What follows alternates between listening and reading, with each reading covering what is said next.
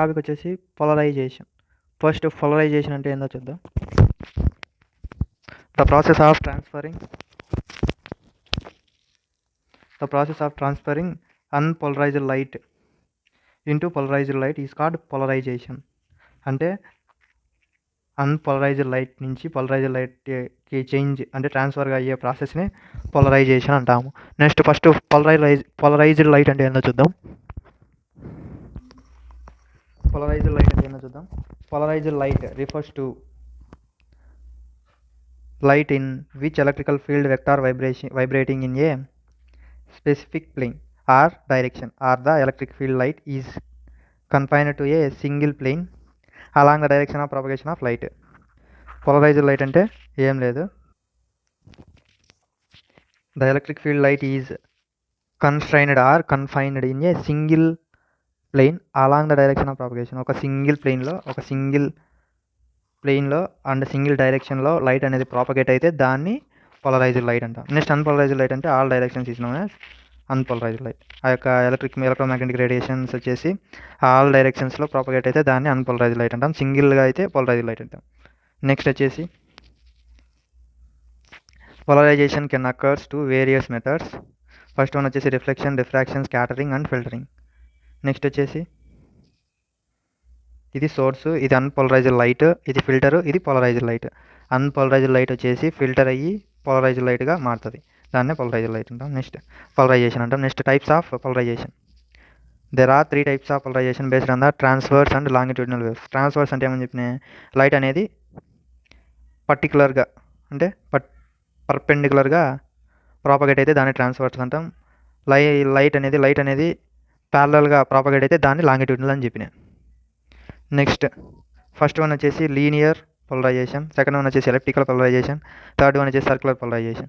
Next linear polarization అంటే first ఏందో చూద్దాం. The linear polarization, the electric field of light is confined to a single plane along the direction of propagation of light. ఆ electric field యొక్క light వచ్చేసి single plane along the direction of propagation of light. ఇది కూడా same polarised లైట్కి ఉన్న డెఫినేషనే linear polarisation కూడా రాయొచ్చు. Next వచ్చేసి elliptical polarization. In elliptical polarization, the electrical field of light propagates along an elliptical path. The two linear components do have the different amplitude and phase difference in elliptical polarization. ఈ electrical polarization అంటే different amplitude and different phase difference ఉంటే దాన్ని elliptical పోలరైజేషన్ అంటాము. Next వచ్చేసి circular polarization అంటే 2 linear components perpendicular to each other. ఒక 2 linear components వచ్చేసి పర్పెండికులర్ ఉంటాయి, హ్యావింగ్ సేమ్ యాంప్లిట్యూడ్ ఉంటుంది, బట్ ఫేజ్ డిఫరెన్స్ వచ్చేసి π/2. ఫేజ్ డిఫరెన్స్ అనేది డిఫరెంట్ ఉంటుంది, దాన్నే సర్క్యులర్ పోలరైజేషన్ అంటాము. ఫస్ట్ లీనియర్ పోలరైజేషన్ అంటే ఏం లేదు, the light propagate single plane along the direction of propagation of light. Next elliptical propagation అంటే different amplitude and phase difference ఉంటుంది, దాన్ని ఎలిప్టికల్ పోలరైజేషన్ అంటాం. సర్క్యులర్ పోలరైజేషన్ అంటే సేమ్ యాంప్లిట్యూడ్ ఉంటుంది, బట్ ఫేజ్ డిఫరెన్స్ వచ్చేసి వేరు ఉంటుంది, అది π/2. This is the types of polarizations. Next వచ్చేసి polarization of double refraction or by birefringence. వచ్చేసి అన్న డబుల్ రిఫ్రాక్షన్ ఇన్ పోలరైజేషన్ అన్న సేమ్. నెక్స్ట్ ఇక్కడ వచ్చేసి ఇది సోర్స్ అనమాట. Polarization of double refraction or by birefringence అంటాము. దీన్ని వచ్చేసి ఈ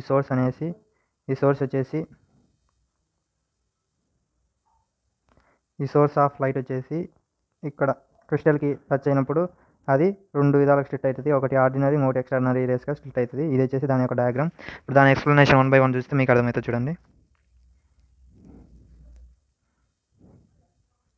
when unpolarized light passes through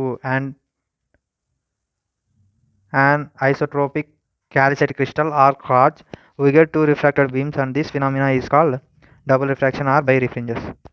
ఈ ఫినామినానే డబుల్ రిఫ్రాక్షన్ అంటాము. నెక్స్ట్ వచ్చేసి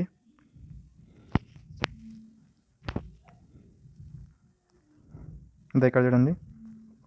when unpolarized light passes through the crystal in the direction different form optic axis, it splits into ordinary ray, extraordinary ray. ఇందాక నేను చెప్పినా కదా, ఆ యొక్క లైట్ అనేది ఆర్డినరీ రేగా, ఎక్స్ట్రాడినరీ రేగా 2 విధాలుగా స్ప్లిట్ అయింది. నెక్స్ట్ వచ్చేసి ఇక్కడ ఆర్డినరీ రే అంటే చూద్దాం. The ordinary ray travel with the same velocity in all directions. Corresponding refractive index is called ordinary refractive index వచ్చేసి μ0. సేమ్ వెలాసిటీ ఉంటుంది, ఇదంతా same velocity means same speed. Next వచ్చేసి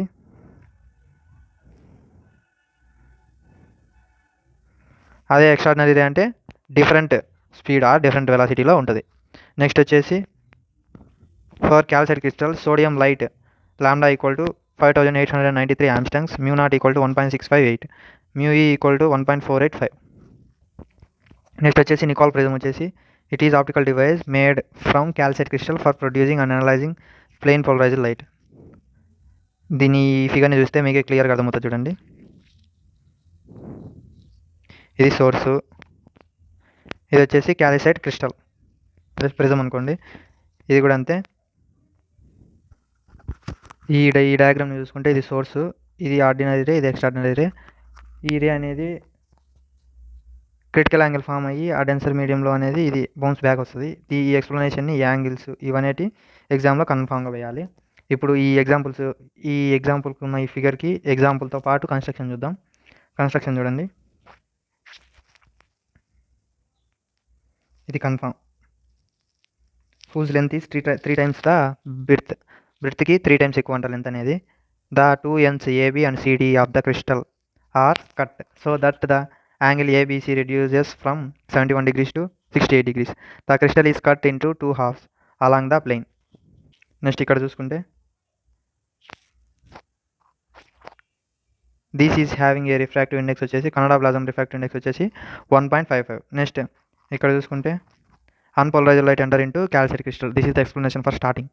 it splits into ordinary ray, extraordinary ray చెప్పినాయి. Ordinary ray has refractive index వచ్చేసి 1.6584. Next extraordinary ray has refractive index వచ్చేసి 1.4864 to 1.6584. Next Canada balsam acts as optical rarer medium for ordinary ray and optical denser medium for extraordinary ray. Canada balsam అనేది rarer మీడియంగా act చేస్తుంది దేనికి, ordinary రేకి. Optical denser medium అనేది extraordinary రేకి acting చేస్తుంది. Next వచ్చేసి ఇక్కడ చూడండి. When ordinary ray enter into Kannada plasm cement it passes from denser to rarer medium. More ever the angle of incidence is greater than the critical angle. Angle of incidence అనేది critical angle కంటే greater than ఉండడం వల్ల the incident ray is totally internally reflected from the crystal. చెప్పిన కదా ఇటు రే వచ్చేసి ఇటు వచ్చేసి ఉంటుంది, బౌన్స్ బ్యాక్ ఉంటుంది. And only extraordinary ray is transmitted through the prism. Ordinary ray అనేది ఆ టోటల్ ఇంటర్నల్ రిఫ్లెక్షన్ వల్ల బ్యాక్ వచ్చేస్తుంది. ఈ ఎక్స్ట్రాడినరీ రే అనేది ట్రాన్స్మిటెడ్ త్రూ ద ప్రిజం. ఆ ప్రిజం గుండా ఎక్స్ట్రాడినరీ రే అనే ఆ రే ఒక్కటే పాస్ అవుతుంది. నెక్స్ట్ లిమిటేషన్స్ వచ్చేసి Nicol prism cannot be used in high convergent or divergent beams.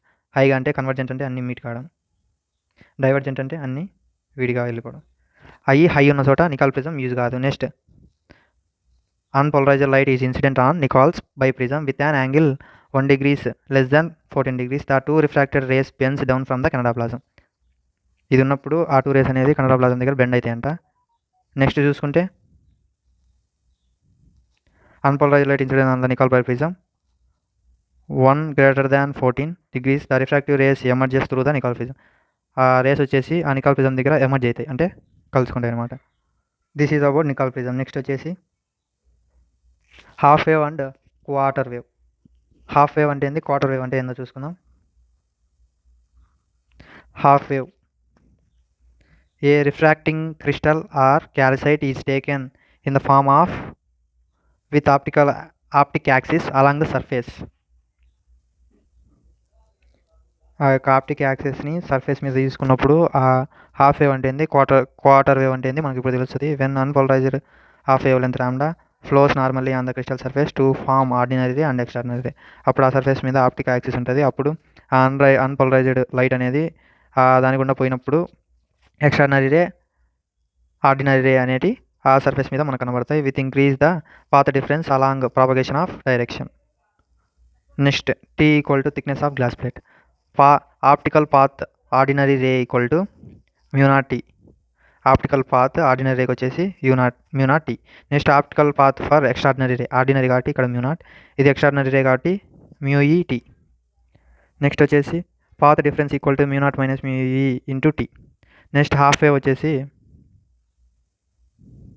Half wave ఒక డయాగ్రామ్ తీసుకుంటే హాఫ్ వేవ్ అంటే λ/2, క్వార్టర్ వేవ్ అంటే λ/4. This is important. నెక్స్ట్ ఇది వచ్చేసి దాని డయాగ్రామ్. ఇది optic axis normal or optic axis ఇది. ఈ బార్డర్ ఉండేది ఆర్డినరీ రే, ఈ డాట్స్ రూపంలో ఉండేది ఎక్స్ట్రాడినరీ రే. ఇది ఫిగర్ ఏ, ఇది quarter wave, half wave, half wave. Next ఇది వచ్చేసి క్వార్టర్ వేవ్, λ/4 అంటాము. ఇది ఆప్టిక్ యాక్సిస్, ఇది ఆర్డినరీ రే, ఇది ఎక్స్ట్రాడినరీ రే. ఇది ఎక్స్ట్రాడినరీ రే అనేది ముందు వస్తుంది, దాని తర్వాత ఆర్డినరీ రే ఉంటుంది. ఇదైతే ఆర్డినరీ రే ముందు వస్తుంది, దాని తర్వాత ఎక్స్ట్రాడినరీ రే. దానికి డిఫరెన్స్ ఇది. ఇది వచ్చేసి λ/2 అయితే ఇది λ/4. నెక్స్ట్ వచ్చేసి if the thickness of glass is such that the path difference is λ/4, then the plate is quarter wave plate. ఆ ప్లేట్ వచ్చేసి క్వార్టర్ వేవ్ అనమాట. μ0 - μe into t equal to ఎంత, λ/4. క్వార్టర్ వేవ్కి ఎంత, λ/4. నెక్స్ట్ మనకేం కావాలి, టీ అంటే thickness కావాలి. ఈ థిక్నెస్ చూసుకుంటే టీ అంటే ఇక్కడ ఇది పైన ఉంది, ఇక్కడికి వచ్చి కింద వచ్చి λ/4 into μ0 - μe. నెక్స్ట్ వచ్చేసి if the thickness of glass is such that path difference is λ/2, then the plate is half wave plate. μ0 - μe into t equal to λ/2. t equal to λ/2 μ0 - μe. This is for the thickness for half wave. ఇది వచ్చేసి quarter wave యొక్క thickness. ఈ formulas అనేవి main question ఎలా అడుగుతారైతే, what is the thickness of half wave and quarter wave and explain about that అంటారు. అప్పుడు మీరు ఈ థిక్నెస్ ఈ రెండు మనం ఫైండ్ చేసేది దానికి బాక్స్ చేసి రాసేస్తే ఫుల్ మార్క్స్ వస్తాయి. ఇప్పుడు దీంతోనే ఈ పోలరైజేషన్ ఆఫ్ డబుల్ రిఫ్రాక్షన్ వచ్చేసి ఈ డయాగ్రామ్ ఒక్కటి మీరు ఒక్కసారి అట్లా 2 times ప్రాక్టీస్ చేసి ఈ యొక్క ఎక్స్ప్లెనేషన్ చదివితే క్లియర్గా అర్థమవుతుంది. దీన్ని ఒకసారి స్క్రోల్ చేస్తా, మీరే నోట్స్ రాసుకోండి, మీకు అర్థమవుతుంది.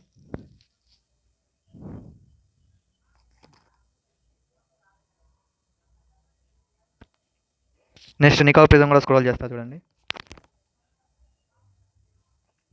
ఇదంతా రాసేదే ఉంటుంది, దాని యొక్క లిమిటేషన్స్ కూడా అడుగుతాడు కొన్నిసార్లు. లిమిటేషన్స్ ఏం లేదు, ఒకసారి లెస్ దాన్ ఒకసారి greater than. Divergent highly convergent బీమ్స్కి నికోల్ ప్రిజం అనేది యూజ్ కాదు, అంతే దాని లిమిటేషన్స్ వచ్చేసి. నెక్స్ట్ వచ్చేసి ఇది half wave, quarter wave. Next types of polarizations also very important for sem exams. Thank you.